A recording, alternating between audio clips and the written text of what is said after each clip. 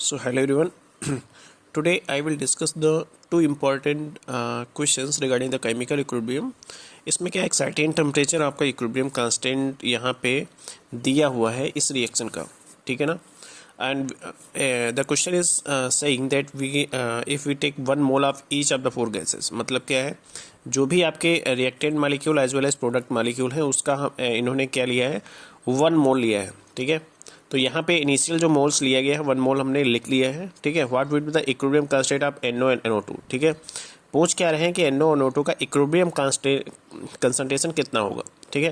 तो इस तरह के क्वेश्चंस टैकल करने के लिए आपको सबसे पहले आपको लिखना है, इनिशियल कंसंट्रेशन दिया है क्वेश्चन में तो इस तरह से लिखना है, ठीक है. इक्विलिब्रियम कांस्टेंट यहाँ पे आपको निकालना किसका है, NO और NO2 का, ठीक है. NO और NO2 का इक्विलिब्रियम कांस्टेंट निकालना है. तो इक्विलिब्रियम कांस्टेंट मान लिया कि आपका रिएक्टेंट जो मालिक्यूल्स है X मालिक्यूल डिकम्पोज हो रहे हैं और फॉर्मेशन X मालिक्यूल का फॉर्मेशन हो रहा है प्रोडक्ट के मालिक्यूल्स में, ठीक है. मतलब क्या है, यहाँ पे हम दूसरे वे से कह सकते हैं, जब आपका कंसंट्रेशन SO2 और NO2 का -X कम हो रहा है तो आपका +X SO3 एंड NO का कंसंट्रेशन बढ़ रहा है, ठीक है ना. तो ये आपका जो एक केमिकल रिएक्शन जो कि इक्विलिब्रियम स्टेट में एग्जिस्ट कर रहा है उसका बेसिक अंडरस्टैंडिंग है, ठीक है. 1 मोल आपका इनिशियल इसमें मेंशन दिया है कि सबके 1 मोल्स ले लिए. इक्विलिब्रियम कांस्टेंट पे क्या है, जब आप रिएक्शन को टेम्परेचर देते हो या नॉर्मल टेम्परेचर पे हो रही है तो उसका रिएक्टेंट का X मालिक्यूल डिकम्पोज हो रहा है, मतलब माइनस हो रहा है. फॉर्मेशन हो रहा है SO3 और NO का, तो मैंने +X इसमें ऐड कर दिया, ठीक है. अब इसमें मास एक्शन आप अप्लाई करोगे तो Kc इक्वल टू कितना हो जाएगा, concentration of SO3 NO upon reactant molecule SO2 and NO का, ठीक है.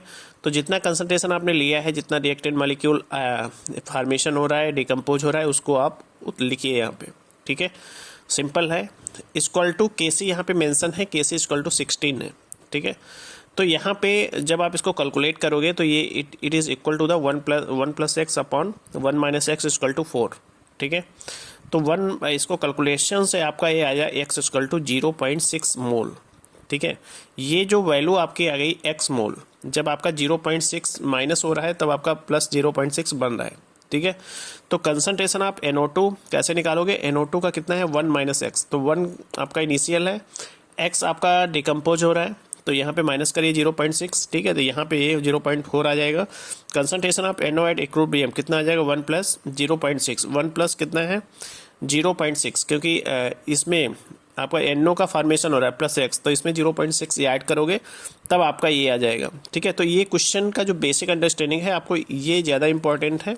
फिर जैसा बोल रहा है आप करते जाइए, यूनिट पुटअप करिए, आपको आंसर मिल जाएगा, ठीक है. सेकेंड क्वेश्चन आपका है, prove that the pressure necessary to operate 50% dissociation of PCl5 at 250 degree Celsius numerically 3 times of Kp, ठीक है.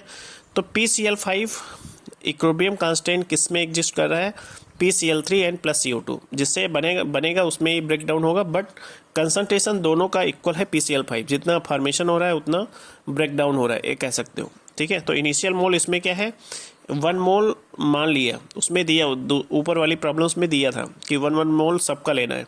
इसमें आपको लेना नहीं है, इसमें इनिशियल मोल 1 है, 0 इनिशियल पे मतलब क्या है, जब रिएक्शन स्टार्ट नहीं हुई है तब आपका जो प्रोडक्ट मालिक्यूल है कितना बन रहा है 0, मतलब कंसंट्रेशन कुछ भी नहीं है प्रोडक्ट का.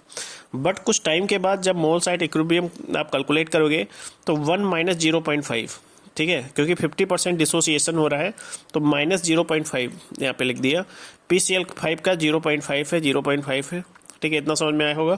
अब टोटल मोल्स कैलकुलेट करोगे तो ऐड कर दोगे टोटल मोल्स किसके, जो रिएक्शन आपका इक्विलिब्रियम स्टेट पे एग्जिस्ट कर रहा है, ठीक है.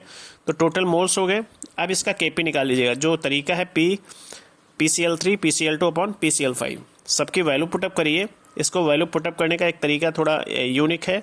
जब भी आप PCl3 कितना है 0.5, ठीक है, और टोटल मोल्स कितने हैं, तो प्रोडक्ट के मोल्स अपॉन टोटल मोल्स, ठीक है, क्योंकि हमने टोटल मोल्स कैलकुलेट करे हैं, ठीक है.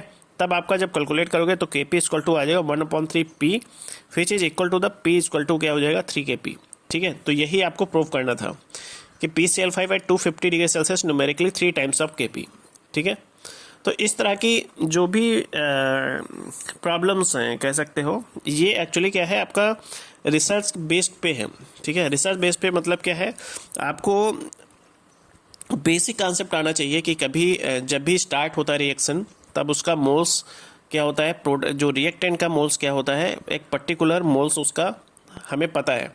बट आफ्टर गिवन टेम्परेचर या नॉर्मल टेम्परेचर पे जैसा भी रिएक्शन हो रहा है, वो जो 1 मोल आपने लिया था उसका ब्रेकडाउन होना स्टार्ट हो जाता है। ठीक है, तब स्टार्ट में रिएक्शन के कुछ भी नहीं बनेगा, बट थोड़े टाइम्स के बाद जब इक्विलिब्रियम पे एग्जिस्ट करेगी, क्योंकि आप पढ़ क्या रहे हो, केमिकल इक्विलिब्रियम। ठीक है, तब उसका 0.5 50% रिएक्टेंट मॉलिक्यूल डिकम्पोज हो रहा है, मतलब ब्रेक हो रहा है, तो 1 माइनस 0.5 यहाँ पे ऐड किया। ठीक है, तो जब 0.5 ब्रेक हो रहा है तो 0.5 बनेगा भी PCl3 प्लस CO2, क्योंकि रिएक्शन आपका इक्विलिब्रियम स्टेट पे है। ठीक है, तो इस तरह की प्रॉब्लम्स को आप थोड़ा बेसिक कॉन्सेप्ट आपको पता होना चाहिए, then you can calculate such type of problems. ठीक है, it is very easy, but you should be know about the basic concept behind the chemical equilibrium. ठीक है, how the reaction is proceed and how the moles of reactant and moles of product will be change like that.